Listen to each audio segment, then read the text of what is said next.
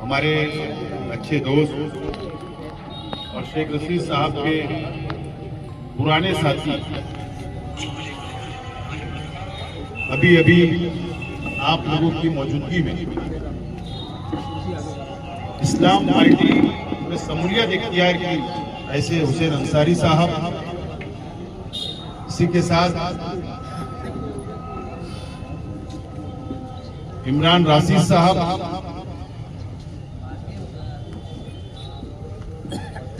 मोहिदा कुरैशी साहब, मुख्तार ठेकेदार साहब, अली मुकादम साहब, अतीक मुकादम साहब, रईस भाई, शकील भाई, अयाज भाई, पीर मोहम्मद कासिम साहब, खलील अहमद, उस्मान गनी साहब, ये तमाम ही साथियों ने इस्लाम पार्टी के अंदर शमूलियत इख्तियार की, पार्टी में शामिल हुए।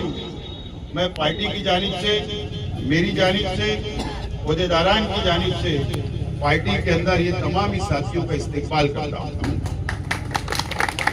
दोस्तों और साथियों, आज एक मुख्तसर ये इस्तेकबालिया तकरीब हम लोगों ने रखी है।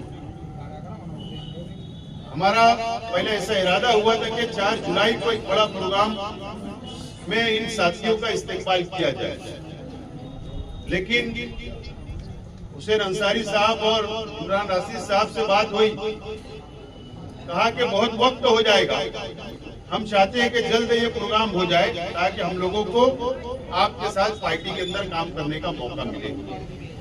और मशवरा तय पाया और आज हम लोगों ने उनको पार्टी के अंदर शामिल किया। हुसैन अंसारी साहब, यहाँ फारूक कुरैशी साहब बैठे हैं, हम लोग सब मिलकर शेख रशीद साहब की क़यादत में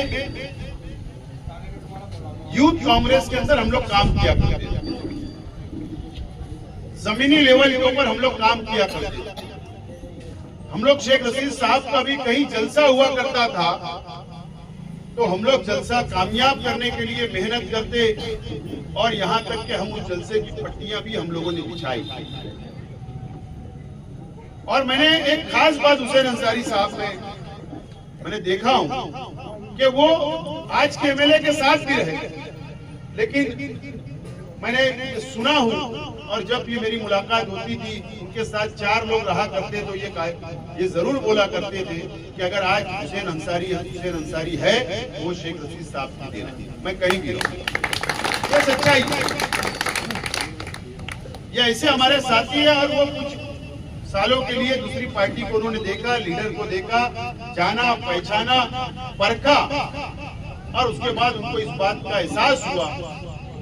देखो, इस बात ये होती है कि वो हर इंसान चलती ट्रेन में सफर करना चाहता है, सत्ता के साथ रहना चाहता है, लेकिन हुसैन अंसारी साहब और इमरान राशिद साहब ने सत्ता के साथ रहना पसंद नहीं किया, बल्कि जो हक पर है और जो शहर के लिए लड़ रहे उनके साथ रहना पसंद। ये सच्चाई है। इमरान राशिद साहब को मैं दूसरी पार्टियों में देखा करता था, वो हमेशा मेरे मुखालिफ रहे, मुखालिफ बातें की, लेकिन उनको भी इस बात का एहसास हुआ कि आज वक्त की जरूरत,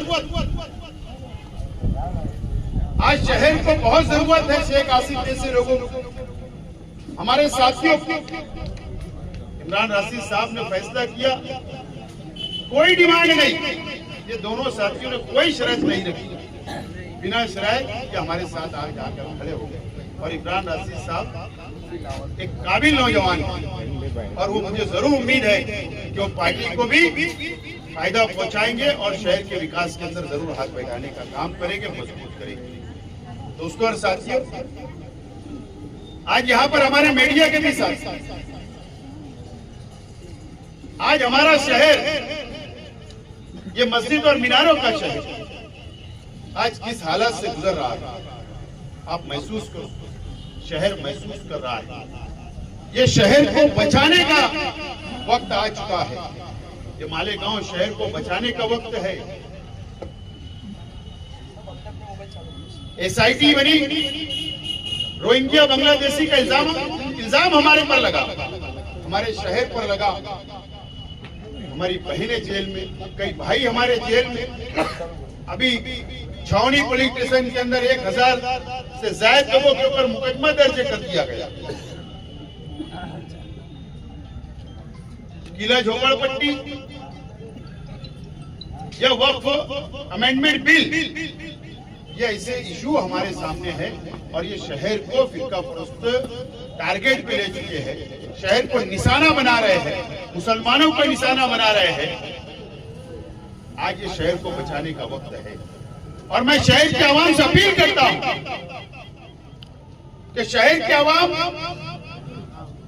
ये सोचे और समझे कि 6 महीना पहले असेंबली के इलेक्शन के वक्त जिस नुमाइंदे को चुनकर शहर के आवाम ने दी, क्या वो इन 6 महीनों के अंदर आवाम के वादों पर जो वादा किया गया था, क्या वो पूरा उतरे? क्या वो खरा उतरे? क्या उन्होंने नुमाइंदगी की? क्या मुसलमानों की नुमाइंदगी की? क्या ये शहर की नुमाइंदगी की?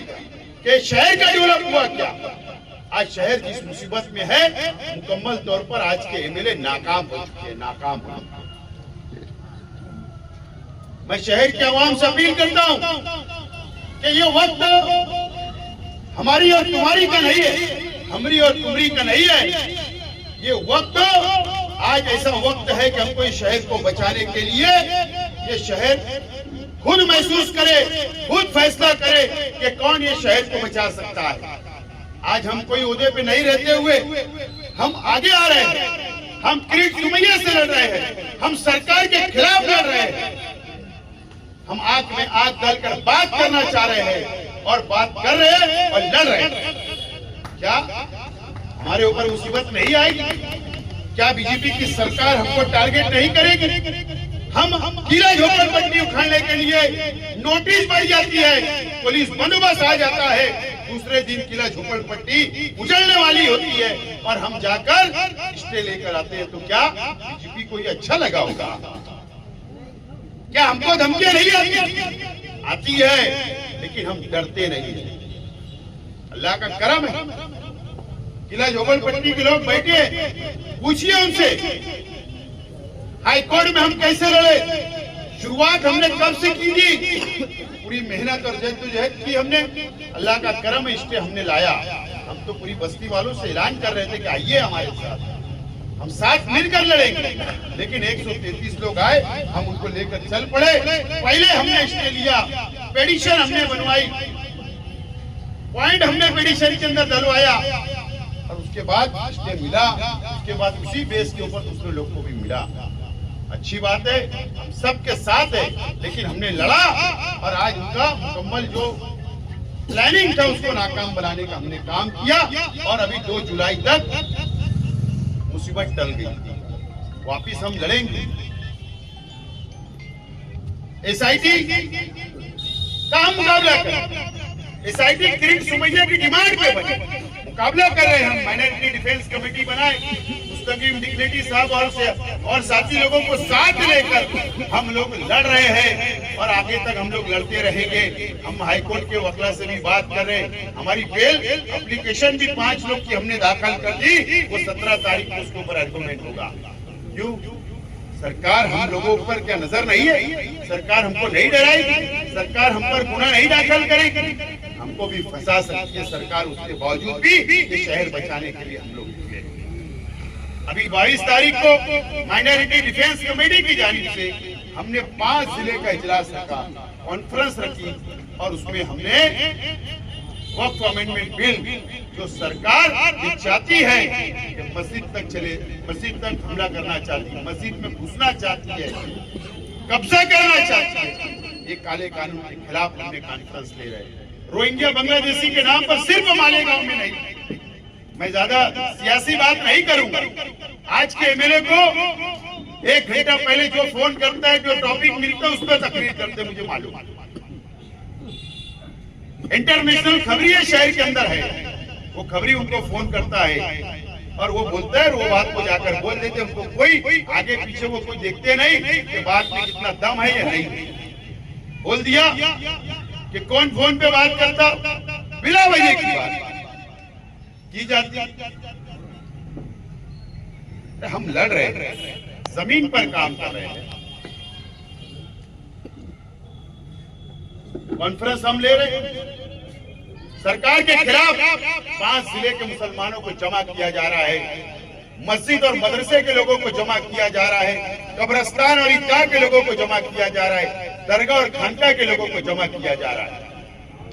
कॉन्फ्रेंस हिंदुस्तान की पहली कॉन्फ्रेंस होने जा रही है जो मुस्लिम मसाइल के ऊपर बैठकर सर जोड़कर हम लोग उसके ऊपर आगे लायमन तैयार कर रहे हैं। ये हम काम कर रहे हैं। ये सिर्फ मालेगांव के अंदर सोसाइटी नहीं बनी, ये बांग्लादेशी और रोहिंग्या का मामला मालेगांव तक महदूद नहीं है। ये जलगांव में, ये भिवंडी में है, सिल्लोड़ में है, परभनी में है, नांदेड़ में है, अमरावती में है, कहां नहीं है। ये सब मसाइल चल रहे हैं, लेकिन हम उसके ऊपर भी लायमन तैयार करके वहां के लोगों को बुलाकर एक कॉन्फ्रेंस कर रहे हैं। हम अजान के ऊपर पाबंदी की बात आती है, हम उसके ऊपर कॉन्फ्रेंस कर रहे हैं। हम वक्फ बोर्ड के भी जो काला कानून है उसके ऊपर बात कर रहे हैं। हम बांधकाम परमिशन के ऊपर बात कर रहे हैं। तमाम इससे एक बड़ा डेयरिंग वाला काम है, हिम्मत वाला काम है। हम लोग आगे बढ़ रहे हैं, ठीक है। जो भी हमारे ऊपर सरकार को वार करना होगा, जो भी बीजेपी को वार करना होगा, हम बिल्कुल तैयार हैं सरकार से लड़ने के लिए, दो हाथ करने के लिए, कानूनी लड़ाई लड़ने के लिए। आज ये मसला शहर को बचाने का, इस शहर को बचा लो। शहर की आवाम से मैं अपील करता हूं, शहर को बचा लो। याद रखना, अगर हम एक नहीं हुए, ये शहर नहीं बचा, तो ये शहर को बीजेपी की सरकार बर्बाद कर देगी। आज वक्त की जरूरत है कि कॉरपोरेशन का इलेक्शन आ रहा है, शहर की आवाम ने सोच समझ के फैसला करना पड़ेगा, सोच समझ के फैसला करना पड़ेगा।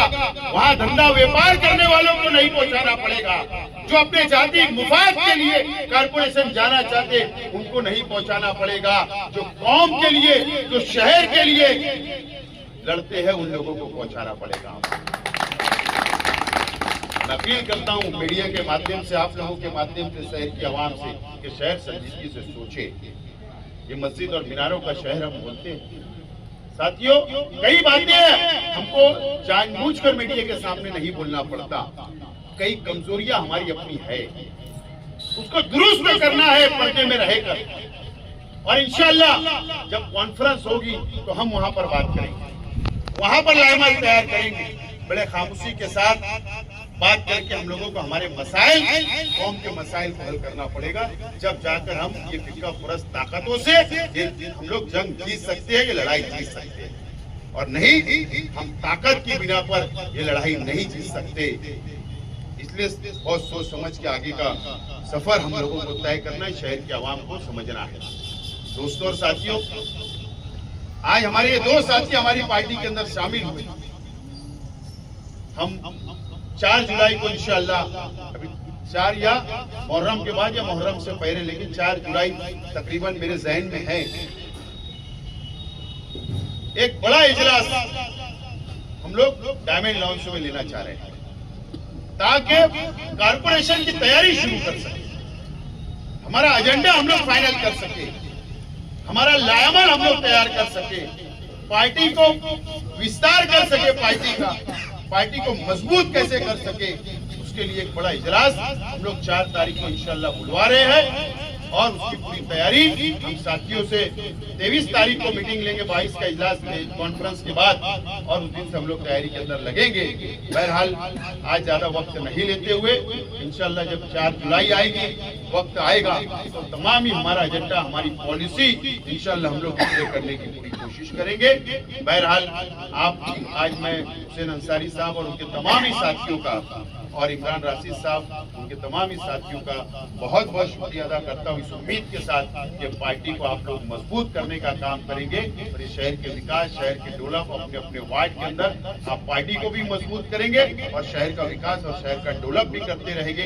इस उम्मीद के साथ आपका इस्तेमाल करता हूँ और मेरी बात को मैं यही खत्म करता हूँ। शुक्रिया।